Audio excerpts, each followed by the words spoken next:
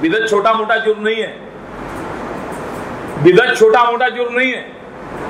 حدیث میں آتا ہے کہ جس نے بدعتی کو پناہ دی اس پر اللہ کی لعنت۔ آپ سوچئے، بدعتی کو پناہ دینے والے پہ اللہ کی لعنت ہے تو بدعتی پر کیا اللہ کی لعنت نہیں ہوگی؟ لیکن اس کے درجات ہیں، ہر ایک کو ایک لکڑی سے نہیں آ سکتے۔ ہاں، صدق اللہ العظیم قرأت کے بعد پڑھنے والا اور قبر کے اوپر جا کر خرافات اور بدعت کرنے والا دونوں ایک نہیں ہو سکتے۔ اس کو آپ سمجھیے، سب کو ایک لکڑی سے نہیں آ کرنے۔ اس لیے فرمایا علماء نے کہ بدعات، کچھ بدعات شرک ہیں، کچھ بدعات شرک کی طرف لے جاتی ہیں، اور کچھ بدعات ایسی ہیں جو سنت کو ختم کر دیتی ہے، ملیامٹ کر دیتی ہے۔ لہذا بدعات کے بارے میں جاننا ضروری ہے۔ صحابہ کا طریقہ تھا، صحابہ کا طریقہ تھا کیا تھا کہ صرف خیر کو نہیں معلوم کرتے تھے بلکہ شر کو بھی معلوم کرتے تھے۔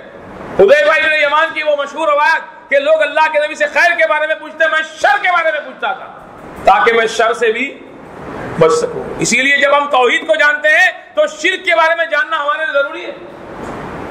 اور ہمارا کلمہ جو ہے پہلے انکار سے شروع ہوتا ہے، لا، پہلے شرک کے رد سے شروع ہوتا ہے۔ معلوم تو بڑے شرک ہے کیا، پہلے انکار ہے پھر اثبات ہے، تو انکار بھی معلوم ہونا چاہیے۔ وَمَن يَكْفُرْ بِالطَّاغُوتِ وَيُؤْمِن بِاللَّهِ فَقَدِ اسْتَمْسَكَ بِالْعُرْوَةِ الْوُثْقَىٰ لَا انفِصَامَ لَهَا۔ تو آپ شرک بھی تو معلوم کیجیے، سنت ہے تو بدعات بھی معلوم کیجیے۔ اس کا علم ہونا ضروری ہے، معلوم کرنا ضروری ہے۔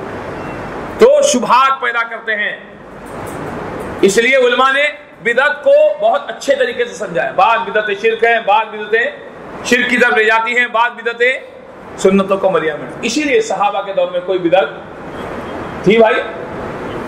ایک بھی صحابی کو کوئی یہ بدعتی حضرات یا یہ خلفی حضرات یا دین میں نئے کام نکالنے والے حضرات، ایک بھی صحابی سے کوئی بدعت ثابت کر دیں۔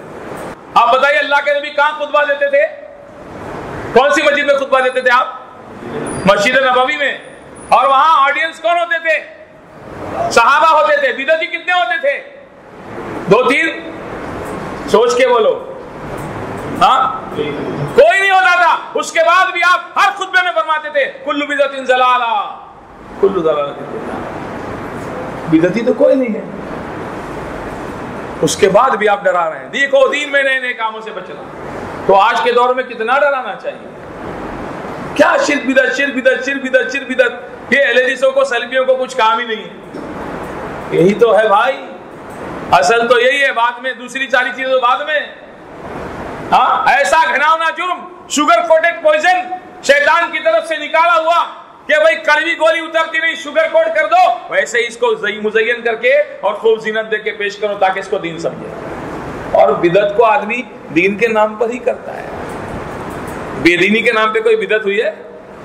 اسلام کا نام، نبی کی محبت، بزرگوں کا نام، بزرگوں کی محبت، ایسے تو بدعت آتی ہے۔